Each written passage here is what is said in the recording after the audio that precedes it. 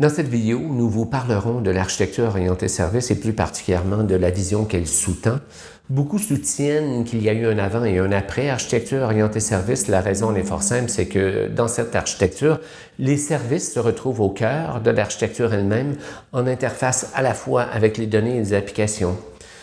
Beaucoup disent d'ailleurs que les développeurs y ont gagné une certaine marge de manœuvre, une nouvelle liberté de conception, certains même allant dire une créativité nouvelle.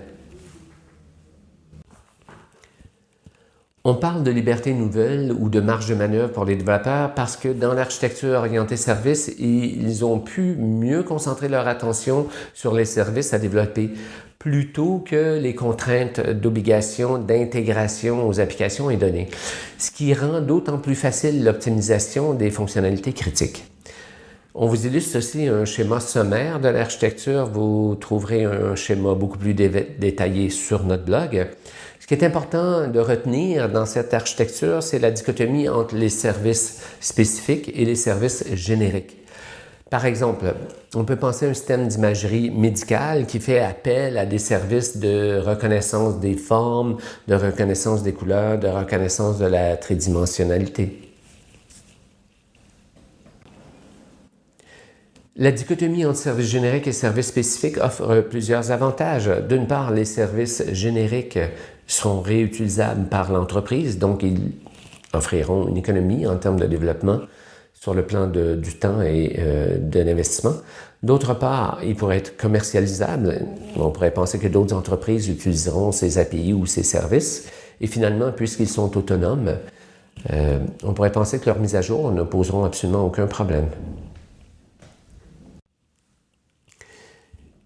Il faut voir aussi plus loin ou par-delà l'autonomie, à savoir qu'un service qu'on dit autonome, c'est-à-dire qu'un service qui s'appelle lui-même, sans l'aide d'aucun autre service ou d'autres fonctionnalités, est un service qu'on appelle microservice.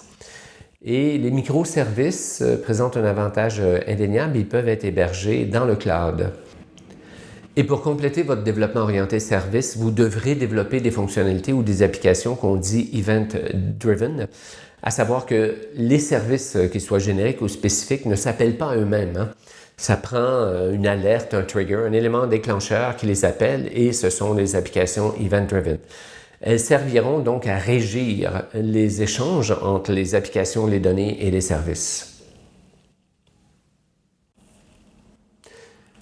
Bien que l'architecture orientée service peut sembler plus complexe a priori, elle présente quand même des avantages indéniables, à savoir une réduction des coûts d'entretien et la scalabilité des services. Vous trouverez plus d'informations sur le sujet sur le blog d'Analysic. Denis-Paul Van Gesten, merci de votre attention.